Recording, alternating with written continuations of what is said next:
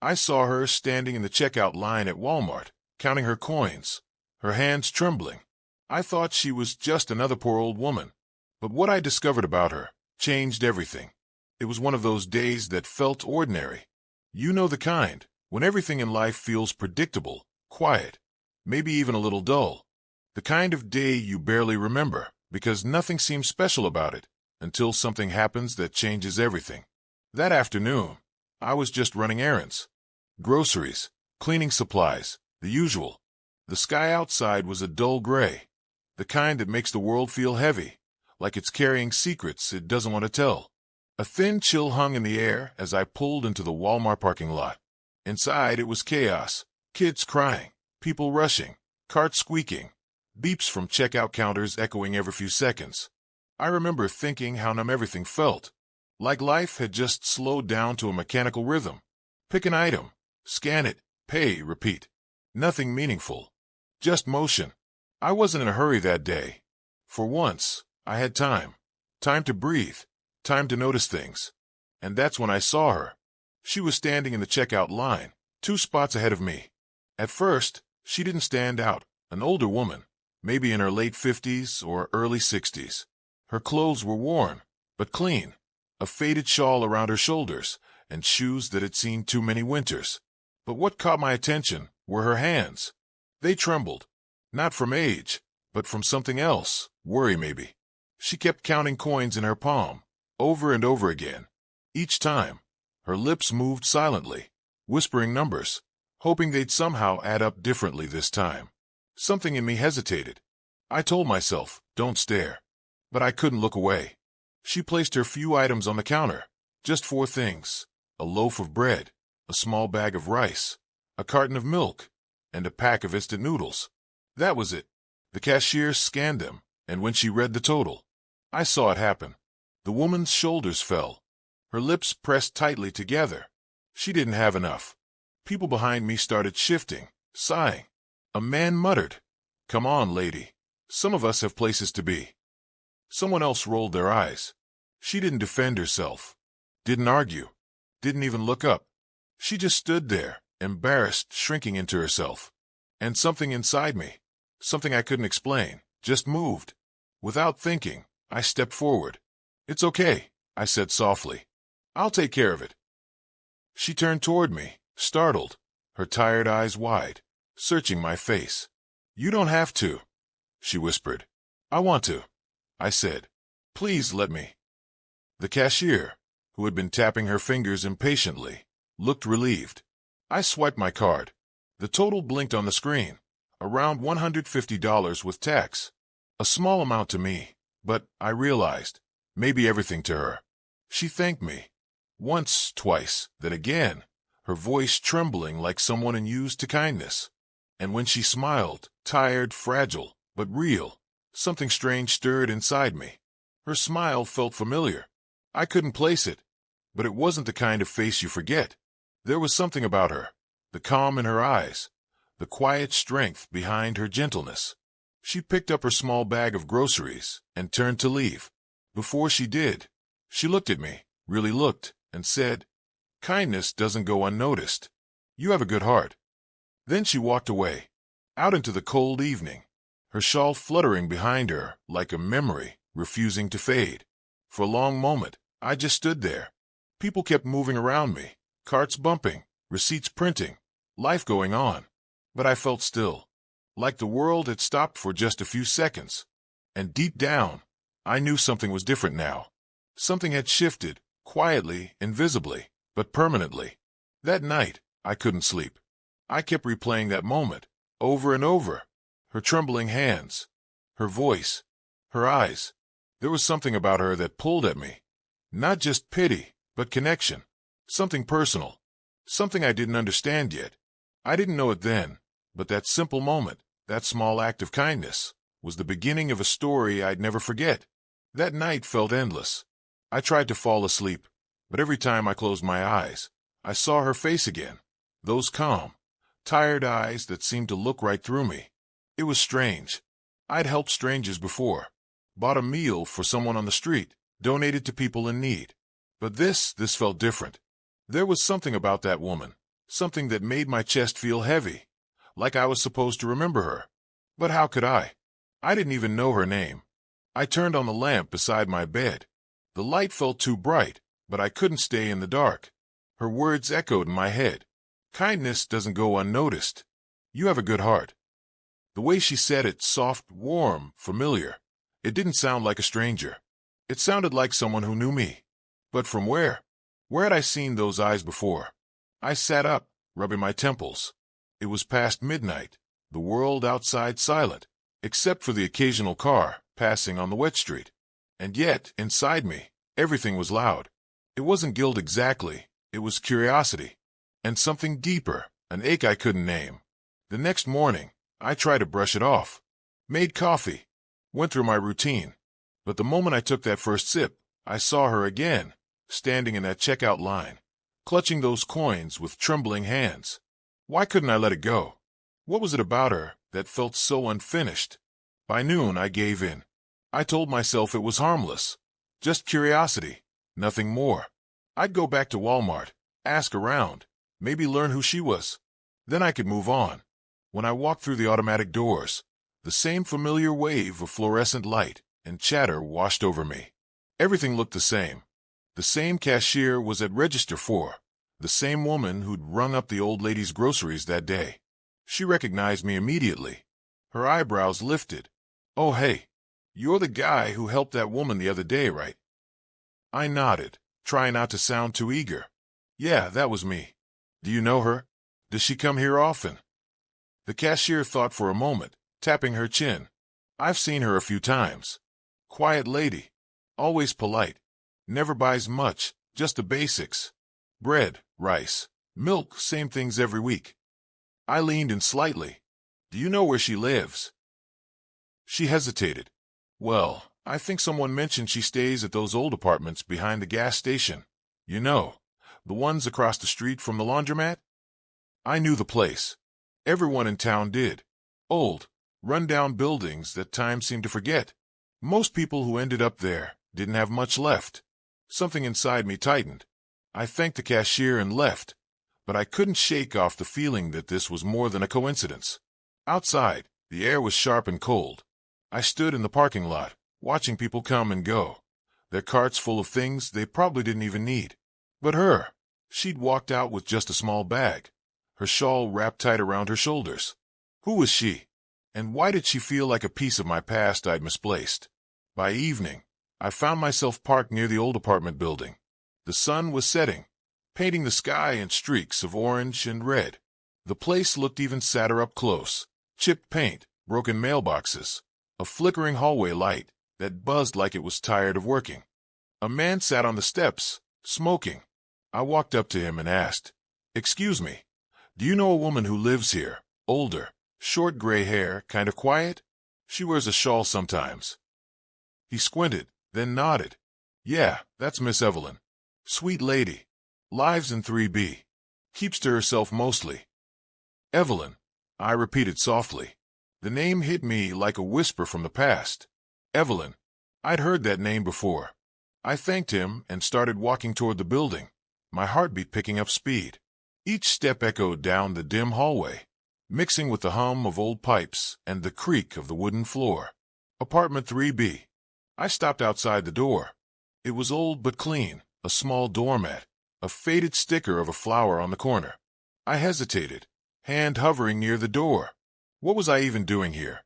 She didn't know I was coming. And what would I say? "Hi, remember me? I bought your groceries." Before I could decide, I heard something faint from inside, music. A soft piano melody. Old-fashioned. Gentle.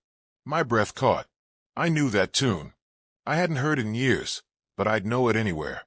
It was the same song my high school teacher used to play during quiet reading periods, when the world outside the classroom didn't matter and everything felt safe. Her name was Mrs. Evelyn Carter. My knees went weak. Could it be? Could this woman, the one I helped at Walmart, be her? It sounded impossible, but deep down I already knew. I raised my hand and knocked softly. The music stopped. A few seconds later, the door creaked open, and there she was. Her eyes widened the moment she saw me. It was like time froze. The same warm eyes, the same gentle expression I remembered from years ago, only now framed by lines of age and hardship. "Mrs. Carter?" I whispered, my voice barely holding steady. She stared for a moment, searching my face, her eyes filling with disbelief. Then, in a trembling voice, she said, "Michael." Hearing my name from her felt like the past had reached out and pulled me home. I nodded slowly, a thousand memories rushing back all at once. Her classroom, her patience, her belief in me when no one else saw anything worth believing in. "It's me," I said, my voice cracking. For a moment, she didn't move. Then she smiled, that same gentle, knowing smile that had once changed everything for me. "Come in, dear," she whispered, as I stepped inside her small apartment. The truth hit me like a tidal wave. The woman I had helped at Walmart wasn't just a stranger in need. She was the person who had once saved me. The moment I stepped into Mrs. Carter's apartment, it felt like walking into a different time. The world outside, the traffic, the noise, the flashing lights, all faded away. The apartment was small, but warm. Faded curtains, a worn-out couch, a few framed photos on the wall. Everything smelled faintly of lavender and old paper, the kind of scent that makes you stop and breathe for a moment. She motioned for me to sit. I did, still trying to believe that the woman sitting across from me, the same woman I'd seen struggling at Walmart, was the teacher who'd once changed my life. Her eyes softened as she looked at me. "You've grown," she said with a quiet smile. "I almost didn't recognize you at first, but your eyes, they're the same." Her words hit something deep inside me. It had been over 15 years since I last saw her, the woman who'd believed in me when I was a lost, angry teenager with nothing but trouble written all over me. I leaned forward, my voice soft. "I can't believe it's really you, Mrs. Carter. I thought you moved away after school closed." She nodded slowly. "I did, for a while, but life has a way of bringing you full circle." I looked around the room, everything so modest, so quiet. It didn't fit her, not the way I remembered her. Back then, she had an energy about her, calm but strong. Now I saw that same strength, but it was wrapped in years of silent struggle. "What happened?" I asked before I could stop myself, then quickly added, "I mean, if you don't mind me asking." She smiled faintly, looking down at her hands. Her fingers played with the edge of her shawl, trembling slightly. "Oh, life happened, dear. My husband passed away some years ago. After that, things were different. I tried to keep going, taught privately for a while, but when my health started failing, it became harder to keep up." Her voice cracked at the edges, but she didn't cry. That's the kind of person she was, always holding her strength like a candle in a storm. I sat there in silence, guilt creeping up my spine. I'd gone on with my life, found a decent job, moved to another city, while the one person who'd once believed in me was living quietly, struggling to afford groceries. It didn't feel right. It didn't feel fair. I took a deep breath. "Mrs. Carter, I owe you more than you know. Back then, I was a mess. You were the only person who didn't give up on me." Her smile grew warmer, like she could still see the troubled boy behind my adult face. "I remember," she said softly. "You used to sit in the back row, never talk, never turn in homework. But you had those eyes, eyes that wanted to believe the world wasn't against you." I laughed quietly. "And you made me believe that." She chuckled, her laughter gentle but full of nostalgia. "Oh, I didn't make you. You already had it in you. I just reminded you it was there." For a while, neither of us spoke. The rain grew heavier, drumming softly against the window. It was strange, how the years between us dissolved so easily, replaced by the same warmth I felt as a teenager when she told me I wasn't a failure. Then her expression changed. Her smile faded just a little. "Do you still write, Michael?" The question caught me off guard. "Right," I repeated. She nodded. "You had such a gift. I still remember that short essay you wrote in senior year, the one about your father leaving. You poured your heart into it. It made me cry." I looked down, my throat tightening. I hadn't thought about that piece in years. I'd written it for her class, the only assignment I'd ever actually completed. I remembered her reading it aloud to the class, her voice shaking halfway through, and I remembered how, for the first time, I felt seen. But life happened. Dreams got buried under bills and deadlines. The world doesn't leave much room for passion when you're just trying to survive. I sighed. No, I haven't written in a long time. She nodded knowingly. You should start again. I met her eyes, still kind, still full of belief. That same look that used to pull me out of my worst moments. Maybe, I said quietly. Maybe I will. When I left her apartment that night, something in me had shifted. The air felt colder, sharper, but I felt lighter. For the first time in years, I wanted to do something that mattered. As I walked back to my car, I turned to look up at her window. A faint light still glowed from inside. Through the curtain, I could see her silhouette, sitting by the piano, playing that same gentle tune. It was the sound of memory, of hope, of someone who had once saved me without ever asking for anything in return. But as I stood there, something strange happened. A car pulled up across the street, a black sedan, tinted windows. A man stepped out, looked at her window for a few seconds, then drove off again. It felt odd, like he was watching her. I brushed it off, probably just a coincidence. But deep down, a small voice whispered that this wasn't over. Not yet. That night, I couldn't sleep. Every time I closed my eyes, I saw that car again. The way the man had stopped, stared, and left without a word. Why would anyone be watching her? Who was she to them? Something told me Mrs. Carter's life was more complicated than she let on. And soon, I'd find out just how deep the truth went. The next morning, I woke up early, restless, uneasy. Sleep had been a stranger that night. My mind kept replaying that scene. The black sedan, the stillness of the man who had stared up at Mrs. Carter's window before vanishing into the dark. Something about it didn't sit right. It wasn't curiosity anymore. It was concern. A quiet instinct telling me that something was wrong. I made myself coffee, but even that didn't help. My hands trembled slightly as I scrolled through my phone, half distracted. Emails, work messages, bills. But beneath all of that, a single thought kept repeating in my head. Check on her. By noon, I gave in. I told myself I'd just stop by for a few minutes. Maybe bring her something nice. So I stopped at a nearby bakery and picked up some bread and fruit. It wasn't much, but it felt right. When I reached her building, I noticed something odd. The door to her apartment was slightly open. Not wide, just a crack, enough for light to leak through. I froze. My heart began to pound. Mrs. Carter? I called softly, pushing the door gently. No answer. The apartment was quiet, too quiet. The sunlight coming through the window painted thin golden lines across the floor. Her piano sat in the corner, silent this time.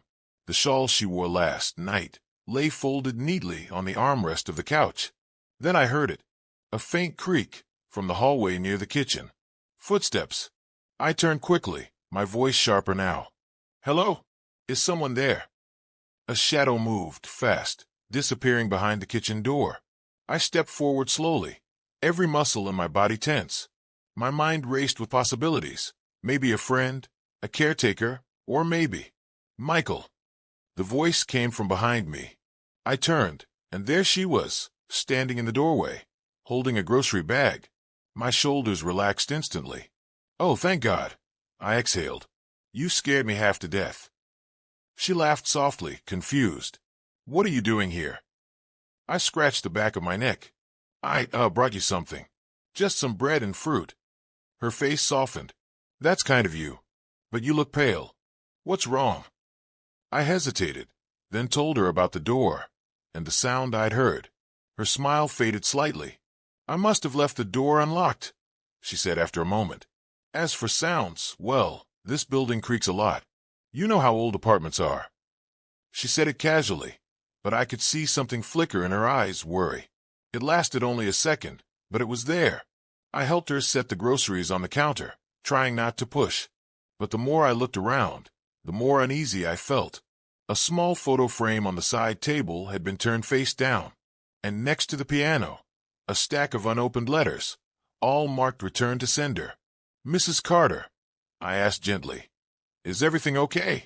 You seem distracted. She smiled faintly, but didn't meet my eyes. Everything's fine, dear. Really. Just old memories knocking on the door again. I wanted to believe her, but something inside me whispered otherwise. As I left her apartment, I saw it again. That same black sedan, parked across the street, engine off, windows dark. No one inside this time. Just a still, silent car watching the world like a predator in the dark. I snapped a photo on my phone, just in case, then drove off, but not before checking my rearview mirror more times than I'd like to admit. That night, I couldn't focus on anything else. I needed answers. So, I did something I hadn't done since high school. I started digging. I looked up old yearbooks, old school records, local news archives. It took hours, but finally, I found something. An old article from nearly 15 years ago. The headline read, "Local teacher honored for exposing fraud in school funding scandal." There she was, a younger Mrs. Carter, smiling proudly beside a group of students. And next to her, the school principal, Mr. Raymond Heller, the same man who, a few months later, was arrested for embezzlement. I remembered bits of it, whispers in the hallway, adults talking in low voices, but I'd never known Mrs. Carter was involved. The article mentioned how she'd been the whistleblower. She discovered missing funds, money meant for underprivileged students, and had reported it to the authorities. But what the article didn't say was what happened after. A second article, dated a year later, told the rest. Whistleblower teacher resigns after harassment allegations and mysterious break-in. My stomach turned. So this wasn't just about a scandal. This was about revenge. And that man in the black sedan, whoever he was, might have something to do with it. The next day, I went back to her apartment, determined to tell her what I'd found. But when I knocked, no one answered. I called out her name, knocked again, nothing. The hallway was empty, the silence too heavy. Then I noticed her door had a new lock, a shiny, freshly installed deadbolt. I stood there, staring, my chest tight. "Mrs. Carter?" I called once more. Still nothing. I waited a few minutes, then left, but not before sliding a note under her door. "It's Michael. Please call me if you need anything. I'm worried." That night, I checked my phone every few minutes, waiting for her call. Nothing came. Until 11:47 p.m. My phone buzzed, a text message from an unknown number. It read, "Stop digging, Michael. You don't understand who you're dealing with." No name. No context. Just that. I stared at it, my pulse racing. Was this a warning? A threat? I typed back quickly. "Who is this?" No response. I didn't sleep that night either. Every creak in the house felt louder. Every sound outside felt closer. Somewhere between fear and determination, I made a decision.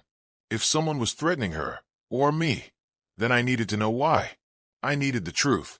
And I was ready to face whatever secret Mrs. Carter had been hiding all these years. Because sometimes the people who save us are the ones who need saving the most. The next morning, I woke with that message still burned into my mind. "Stop digging, Michael. You don't understand who you're dealing with." It wasn't just a threat, it was a warning. But I couldn't stop now. Not when Mrs. Carter could be in danger. I tried calling her again. The number from before, the old landline she'd mentioned. No answer. I tried her neighbor, a woman named June I'd met the first night. She said Mrs. Carter hadn't been seen since yesterday afternoon. That settled it. Something was wrong. By noon, I drove back to her building. The sky was heavy with clouds again, gray, dull, whispering rain. When I reached her floor, the door was locked tight. But this time, there was something new. A note taped to the door. My stomach dropped as I leaned closer. It was written in shaky handwriting, hers. "Michael, please stop looking for me. You've done enough. Take care of yourself." For a moment, I just stood there, frozen, staring at those words. They didn't sound like her. There was fear in them, desperation even. I looked around the hallway. Empty. Quiet. Except for the faint sound of something. A door closing at the end of the corridor. I turned, but whoever it was had already gone. That's when I noticed the envelope lying near her welcome mat. Plain white, unmarked. I hesitated, then picked it up. Inside was an old photo, a black and white image of Mrs. Carter standing beside a man in a suit. The man's face was familiar, but it took me a moment to place it. Mr. Raymond Heller, the same principle from the articles. And on the back of the photo, in faint blue ink, a handwritten note. He never forgave me. If anything happens, tell the truth. The words sent a chill down my spine. So this was about the scandal. She'd exposed him years ago, and he was still holding a grudge. But that raised one terrifying question. Was he still alive? I drove home, heart pounding, and started searching everything I could find about Raymond Heller. It didn't take long.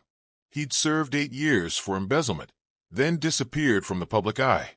No interviews, no social media, no news. Until a short article, dated 2 years ago, mentioned he had relocated to a small town in the same county. The same one where Mrs. Carter lived. Coincidence? No, it couldn't be. That evening, I sat at my desk, staring at the photo again. The look in her eyes, young, determined, brave. And beside her, Heller's smile, the kind that never reached his eyes. Cold, calculated. I thought about everything she'd said, about life bringing you full circle, about old memories knocking again. Was she trying to tell me something even then? I felt anger rising in me, not at her, but at the world that had punished someone good for doing the right thing. She'd lost her career, her health, her peace, and still carried it all in silence. But not anymore.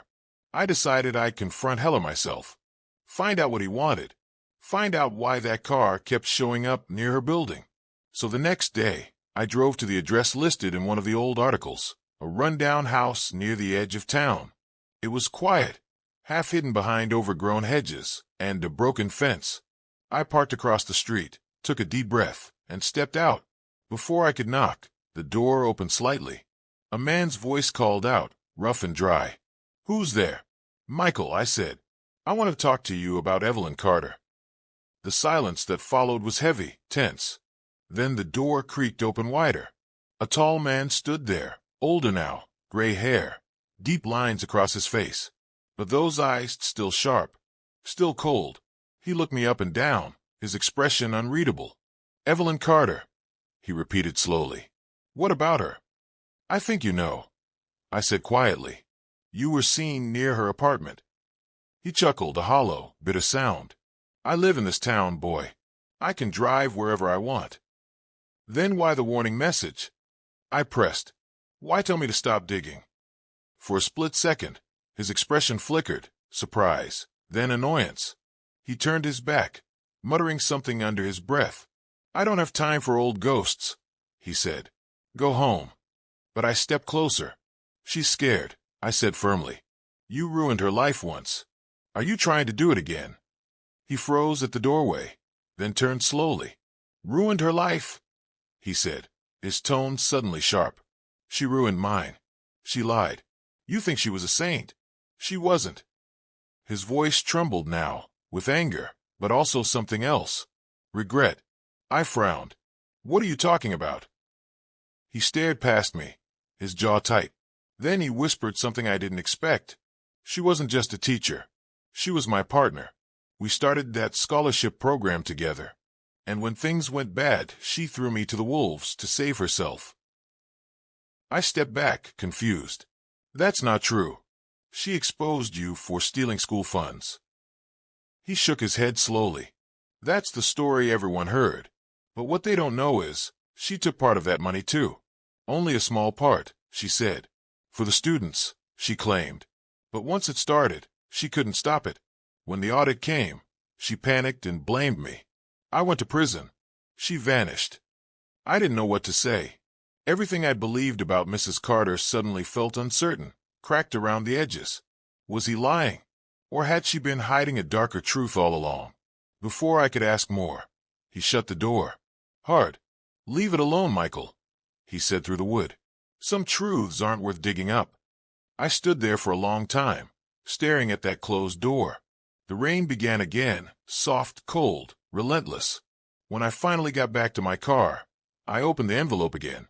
The note, the photo, everything pointed in 2 directions now. Either she'd been a victim or a survivor of her own mistakes. I didn't know which hurt more. That night, I sat by the window, staring out at the city lights. My thoughts were tangled, heavy. She'd been my hero, the woman who taught me kindness, courage, hope. But what if the truth wasn't what I thought? Still, no matter what she'd done, I couldn't believe she deserved this. Fear, loneliness, being watched. No one did. I picked up my phone again and whispered to the empty room. I'll find you, Mrs. Carter. No matter what the truth is. Because even if she had lied, she had also saved me once. And maybe now, it was my turn to save her. I couldn't stop thinking about her. That night, after coming home, I sat on my couch with a cup of coffee, replaying every small detail in my mind. The way she smiled with gratitude. The way her eyes hid a story too deep for words. I didn't even know her name, yet she lingered in my thoughts like an unfinished sentence. The next day, I returned to Walmart. I didn't really need anything, but something inside me told me to go back, maybe to see her again. As I wandered through the aisles pretending to shop, I suddenly heard that familiar soft voice behind me. Looking for another good deal? I turned, and there she was. Same worn coat, same quiet smile, but her energy felt lighter somehow. "Oh, hi," I stammered, caught off guard. "You're the lady from yesterday. I didn't expect to see you again." She laughed softly. Well, neither did I. But I couldn't leave without properly saying thank you. You really helped me out yesterday. I waved it off, embarrassed. Please, it was nothing. But she shook her head. No, it meant more than you think. There was a pause. One of those moments when silence says more than words. Then, out of nowhere, she said, "Would you maybe like to come over for dinner sometime? I'd like to thank you properly." Her offer caught me completely off guard. My instincts hesitated. I didn't know this woman. But something about her tone felt genuine, humble, and oddly safe. "Sure," I said after a moment. "I'd like that." She smiled, relieved. "Tomorrow evening, 7 p.m. It's a small apartment, nothing fancy, but I make a mean chicken stew." The next day, as I stood outside her small apartment complex, a faint nervousness crept in. The building looked old but well kept. I could smell something delicious even from the hallway. Rich, warm spices, and baked bread. When she opened the door, the first thing I noticed was her smile, brighter than before. "Come in, please," she said warmly. Her home was modest but spotless. On the walls were a few faded photos, a young boy, a man in uniform, and her younger self. "Your family?" I asked gently. She nodded, her eyes softening. "Yes, my husband and son, but they're both gone now." I froze. "I'm so sorry. I didn't mean to." She raised a hand softly. "It's okay. It's been a while." We sat down for dinner. The stew was delicious, hearty, rich, and full of care. The kind of food that told you it was made with love. As we ate, she began to open up. Her name was Margaret, and she'd moved to town years ago with her husband and son. Her husband worked as a mechanic. They had dreams, to buy a small home, to send their son to college. But one winter, tragedy struck. A car accident took both her husband and son in one night. The insurance claim was denied. Her savings disappeared. Within a year, she lost everything. "I used to have a small cafe," she said quietly, staring at her bowl. "It was my dream. My husband built it for me. But after they were gone, I couldn't keep it running." My chest tightened. I didn't know what to say. What could you possibly say to that kind of loss? After a long pause, I asked softly, "So what do you do now?" She smiled faintly. "I clean offices part-time. It's not much, but it pays the bills. And sometimes kind people like you remind me that not all hope is lost." Her words hit me harder than I expected. I'd come here thinking I was helping her, but it was her strength, her quiet grace, that humbled me. As dinner ended, I offered to help her somehow. Maybe find her a better job, or promote her old cafe recipes online. But she gently declined. "I'm okay," she said. "I don't need much anymore. Just peace." Still, something in her eyes, a flicker of secrecy, maybe guilt, made me wonder if there was more to her story. As I left that night, I thanked her for dinner and promised to visit again. But when I looked back at her window from the street below, she was standing there, watching me. Her hand slowly lifted the curtain, and then dropped it. Her face was blank, almost too calm. Something about it didn't sit right. The next few days passed quietly, too quietly. But Margaret's story stayed in my mind like a song I couldn't stop humming. Something about it didn't feel complete. There were missing pieces, holes that didn't line up. A woman who once owned a cafe, lost her family, and now barely survived on cleaning jobs. That made sense. But why did her eyes look so haunted when she spoke about her past? And more importantly, why did she live in a building that, when I looked it up later, had no record of her name on the lease? That tiny detail kept bothering me. I tried to brush it off. Maybe the lease was under someone else's name. Maybe I was overthinking it. But the more I thought about it, the more that faint, uneasy feeling grew stronger. So one afternoon, curiosity got the better of me. I decided to stop by her place again, just to drop off some groceries and check in. When I knocked on her door, there was no answer. I called her name softly. Nothing. But the door was slightly open. "Margaret," I said, peeking inside. The apartment was quiet, too quiet. On the kitchen table sat a half-finished cup of tea, still warm. The stew pot was on the stove. It looked like she'd just stepped out for a moment. But then I noticed something strange. On the counter, beside a few old letters, was a small framed photograph. It was Margaret, yes, but younger. And standing next to her wasn't the same man from the wall photo I'd seen before.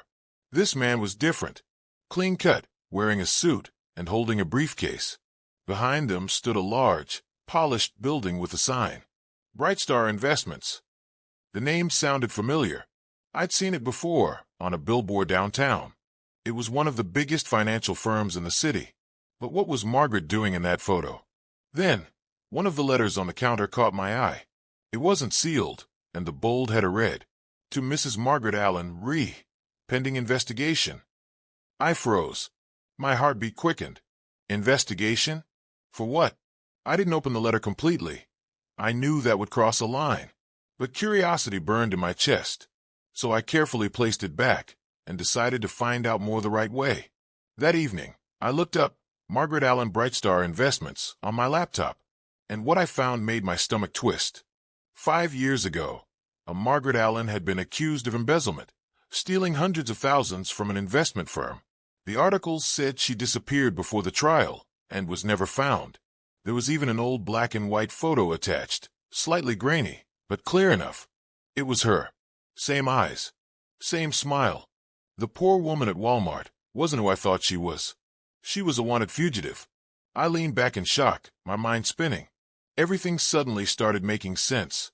The mysterious look in her eyes, the refusal to accept help, the quiet apartment with barely any trace of a normal life. But what didn't make sense was why she was still here. If she'd been hiding for so long, why invite me, a stranger, into her life? Was she lonely or desperate? I couldn't sleep that night. Every sound made me jolt. I felt torn. Half of me wanted to report her to the authorities, and the other half felt pity, because despite the truth, she had never seemed dangerous. Just broken. The next morning, I decided to go back. I needed answers. When I arrived, her apartment door was shut tight. This time, I knocked louder. "Margaret, it's me. I just need to talk." No response. Then I heard something faint, footsteps. But they weren't coming from the apartment. They were behind me. I turned, and there she was, standing at the end of the hallway, carrying a paper bag of groceries. Her expression froze when she saw me. "You were in my apartment," she said quietly. Her tone wasn't angry, just tired. I was worried. I stammered. The door was open, and I saw the photo, and... "You looked me up, didn't you?" Her eyes glistened, but her voice stayed calm. "I had to," I said, guilt washing over me. "You lied to me, Margaret. About everything." She sighed, setting the bag down slowly. "I didn't lie. I just didn't tell you the whole story." "Then tell me now," I said. "Who are you really?" She leaned against the wall, her shoulders slumping. "My name really is Margaret Allen. I worked for Brightstar Investments for 15 years. I was loyal, honest, until the company turned on me. They accused me of stealing money that I never took, but I couldn't prove my innocence." Her voice cracked slightly. "They ruined my name, my career, everything. So I ran. I didn't have the strength to fight them anymore." I wanted to believe her, but doubt still crept in. Why didn't you go to the police? She looked down. Because they were involved, too. The hallway fell silent. Only the hum of a ceiling light filled the air. I've been living quietly ever since, she continued, trying to survive, trying to forget. I didn't know what to think. Was she telling the truth? Or was this just another layer of lies? Her eyes, tired, tearful, didn't look like the eyes of a criminal. But then again, I'd learned that appearances can be deceiving. Please, she said finally, her voice trembling. Whatever you think of me, please don't tell anyone. I've paid enough for a crime I didn't commit. I stood there frozen, torn between my conscience and compassion. And then, before I could respond, she said something that sent chills down my spine. If you want the truth, come to the old cafe tomorrow night. I'll show you everything. I barely slept that night. Margaret's words echoed in my mind. Come to the old cafe tomorrow night. I'll show you everything. Was this the truth, or another layer of deception? I didn't know anymore, but I had to find out. The next evening, the town was quiet. A light rain tapped against the windshield as I drove to the address she'd texted me earlier, Maple and 3rd, the place where her cafe once stood. The sign above the door was faded, the windows coated in dust, but when I peeked inside, I saw a soft glow from a single hanging bulb. She was there, sitting at one of the old tables, the same woman I'd met at Walmart, the same woman I believed was poor and harmless, now looked almost ghostly. Margaret, I said quietly as I stepped in. She smiled faintly. You came. Her voice trembled, but her eyes, they were steady, determined. The cafe smelled faintly of old coffee and wood polish. She'd cleared a few tables, and on one of them were stacks of dusty files, yellowed papers, and a small metal box. This, she said, placing a gentle hand on the box, is what they destroyed me for. I sat down, heart pounding.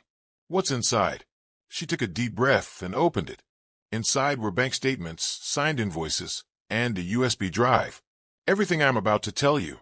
I've never told anyone before, she said, her voice almost breaking. She began her story. 5 years ago, Margaret had been the chief accountant at Brightstar Investments, a respected, trusted employee. She handled major accounts and client transactions. Then one day, she noticed irregularities, hidden fund transfers that didn't match the books. When she brought it up to her boss, Mr. Callahan, he told her it was a temporary adjustment. But a week later, she was called into his office and accused of creating fake accounts and stealing client money. They had forged my signature, she said, her hands trembling slightly. They used me as the scapegoat. I was the perfect target, quiet, trusting, loyal. I leaned forward. So you didn't steal anything? She looked me dead in the eye. Not a single dollar. She pulled out a few printed pages, wire transactions, digital signatures. I could see it clearly. Her name appeared on documents she never signed. And this USB drive, she continued, contains everything I found before I disappeared. Proof that Callahan and his partners laundered millions overseas. I thought if I went to the police, I'd be protected. But the next day, my husband's brakes failed. He and my son died instantly. Her voice cracked. Tears slid down her face. I knew it wasn't an accident, she whispered. They warned me. If I spoke again, more people would die. So I ran. The cafe fell silent except for the rain outside. Every word she spoke hit me like a blow. I wanted to doubt her. I wanted to believe this was some elaborate excuse. But the pain in her eyes wasn't something you could fake. She handed me the USB. I kept this hidden all these years. I was waiting for someone I could trust to give it to. Someone who might believe me. My hand shook as I took it. Why me? She smiled sadly. Because when I saw you at Walmart, I saw kindness. The kind I used to believe in. The kind that doesn't expect anything in return. I didn't know what to say. For a long moment, we just sat there, the air thick with truth and grief. Finally, I said softly, Margaret, if this is true, you can't keep running. You need to clear your name. She nodded slowly. I know, but I can't do it alone. I looked down at the USB again. The rain outside had turned into a steady downpour. I'll help you, I said finally. Whatever it takes. Her eyes widened. then softened with relief. "Thank you," she whispered. "You don't know how much this means." But just as we were about to leave, the sound of a car door slamming outside made us both freeze. Margaret's expression turned pale. "Who is that?" I whispered. She didn't answer. She just grabbed my arm and motioned for me to hide behind the counter. Through the rain-streaked window, I saw two men in dark coats approaching the cafe. One of them carried a flashlight, and the other looked familiar. I squinted. My heart stopped. It was Callahan. Margaret's face went cold. They found me. My pulse pounded in my ears as the front door creaked open. The men stepped inside, their shoes squeaking on the wet floor. Callahan's voice echoed, smooth, calm, and venomous. "Margaret, you've been very hard to find." She stepped out from behind the counter slowly. "You took everything from me," she said, her voice trembling but strong. "My family. My life." Callahan smirked. "You should have stayed gone." He stepped closer. "You think anyone's going to believe you now? After all these years?" Margaret's chin lifted. "They will when they see this." She held up the USB. His eyes narrowed. "Hand it over, Margaret." That's when I stood up. She's not alone anymore. Callahan's head snapped toward me. His smirk faltered for a moment, just a flicker, before he regained his composure. "Ah, the Good Samaritan," he said mockingly. "You really should have minded your own business." I took a step forward. "It is my business now." He sneered. "You have no idea what you're getting into." Maybe I didn't, but I wasn't about to let her be silenced again. Suddenly, a flash of light filled the room, red and blue. Police sirens. Callahan spun around in shock. Margaret exhaled shakily. You called them?" I whispered. She shook her head. "No, you did." It took me a second to realize what she meant.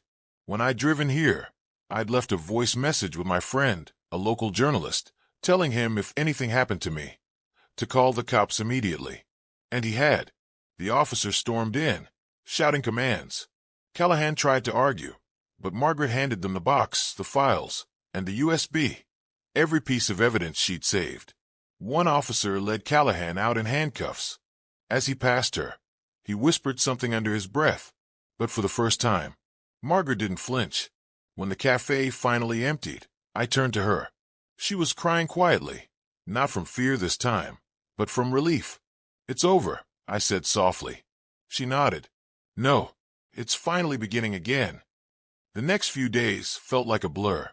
The police took Margaret into protective custody while they verified the files and the data from the USB drive. I gave my full statement, explaining how we met, how she trusted me with the evidence, and how everything led to that night at the cafe. I wasn't sure what would happen next. Part of me feared she'd still be punished for running all those years, but deep down, I hoped that for once, justice would actually listen. 2 weeks later, I got a call. "Is this Daniel?" a woman's voice asked. "Yes," I said, hesitating. "This is Detective Harris. I thought you'd like to know. Your friend Margaret Allen's case has been reviewed." My heart skipped. And the documents and data she provided matched internal records. The Bright Star executives, including Callahan, have been charged with fraud and obstruction of justice. Margaret's name has been cleared. I sat there in stunned silence. "She'll be released tomorrow," the detective added. "She asked if you'd visit." The next morning, I went to the small government shelter where they were keeping her temporarily. She looked different, lighter, somehow.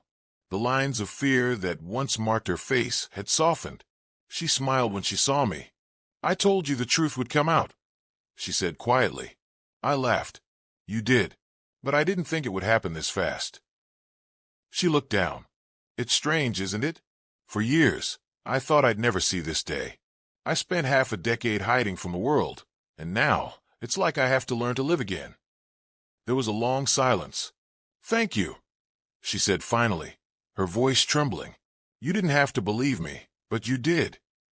"I think," I said softly, "you reminded me that kindness can sometimes uncover more truth than suspicion ever will." Her eyes glistened. "I hope you keep that with you, Daniel. The world tries to harden people. Don't let it." A week later, she moved into a small apartment on the edge of town. a quiet place with a garden and a view of the hills. She started working part-time again, this time at a local bakery. I visited her once every few weeks. Sometimes we talk about her son, her husband, and the cafe that once was. Other times we just sit on the porch, listening to the wind move through the trees. She seemed at peace. But one afternoon, a few months later, when I stopped by with groceries, her neighbor told me she'd gone to visit her sister upstate and might be gone a while. I left the bag at her doorstep and walked away, a little disappointed, but happy she was moving forward. Then, one rainy morning, I received a letter in the mail. The handwriting was familiar, looping, elegant, careful. It was from Margaret. Dear Daniel, if you're reading this, it means I finally left this town for good. The authorities helped me reclaim what little was left of my old life, but I realized something important. My past doesn't define me anymore. I wanted to thank you one last time, not just for helping me, but for seeing me when I was invisible to everyone else. I was a stranger, worn down and forgotten, and you still showed kindness without expecting anything in return. You didn't just give me help that day at Walmart. You gave me the courage to stop running. I'm starting over now, somewhere quiet. I've reopened my cafe. I call it Second Chances. If you ever find yourself passing through a small coastal town and smell cinnamon rolls on a Sunday morning, follow that scent. You might just find me there, smiling, finally free. With gratitude, Margaret Allen. I sat there, holding the letter for a long time, letting the words sink in. She was gone again, but this time, not in fear. She had chosen to disappear into peace, not pain. And as I looked out the window at the falling rain, I couldn't help but smile. Because what started as a small act of kindness, a simple gesture at a Walmart checkout line, had changed two lives forever. That night, I returned to the same Walmart, same aisles, same checkout counters, same hum of everyday life. A woman in front of me was counting her coins, her hands trembling slightly, and without hesitation, I smiled and said, "Don't worry, I've got it." She looked up, surprised, just like Margaret had, and for a brief moment, I could almost hear Margaret's voice again. "Keep that kindness, Daniel. The world needs more of it." It's been a year since that day at Walmart, a year since I saw that woman, Margaret, standing in the checkout line, clutching her coins with trembling hands and eyes full of quiet sorrow. Sometimes it feels like a dream, other times, like a story that was always meant to happen. Because the truth is, that one moment changed everything, not just for her, but for me too. I used to believe that life's big lessons came wrapped in grand moments, promotions, heartbreaks, losses, successes. But now I know the real turning points hide in the quietest corners of our days. They come disguised as strangers, as coincidences, as small choices we don't think twice about. A simple, "Let me help you," at a checkout counter can ripple into something far greater, a chain of redemption neither person could have planned. I still carry her letter with me, the one she wrote before she left. Sometimes, on long drives, I unfold it and read it again. The paper is worn now, creased at the corners, the ink slightly smudged, but every word still feels alive. You didn't just help me, Daniel. You reminded me that good people still exist, and that sometimes the world gives you one last chance to be seen, if you're brave enough to take it. A few months ago, I actually found that little coastal town she mentioned. I wasn't looking for it. I was just driving down the highway one weekend, chasing the quiet. Then I smelled it, cinnamon, warm and sweet, carried by the sea breeze. I followed it down a narrow road lined with oak trees until I saw a small cafe by the pier. A wooden sign hung above the door, "Second Chances." For a moment, I just stood there on the sidewalk, staring through the window. And there she was, Margaret, behind the counter, laughing with two young customers. She looked healthy, peaceful, alive. She didn't see me, and I didn't go in, because I realized some goodbyes don't need to be rewritten. Some stories are perfect the way they end, quiet, complete, glowing softly in memory. So I stood there for a while, smiled, and drove away. As the miles passed, I thought about everything that had happened, every twist, every moment of doubt, every second I could have walked away but didn't. And I realized something. Sometimes the universe tests our hearts, not by giving us what we want, but by placing someone in front of us who needs what we already have, compassion. Life went back to normal after that. At least, it looked normal. But I wasn't the same anymore. I started noticing people more. The quiet ones, the tired ones, the ones who seem invisible in a world too busy to care. And whenever I can, I try to help. Not for recognition, not for thanks, just because I remember her face, her story, her strength. They say every act of kindness lights a spark in the dark. And I like to think that somewhere out there, those little sparks connect, forming an unseen constellation made of all the people who refuse to stop caring. Maybe that's how light survives in this world, passed from one weary soul to another. Maybe that's how redemption works. Every year, on the same chilly afternoon I first met her, I go back to Walmart. I stand in line, not to buy anything big, just a loaf of bread, a small bag of rice, a carton of milk, and a pack of instant noodles. For things. Exactly what she bought that day. And when the cashier reads out the total, I always pay for the next person's order too, quietly, without a word.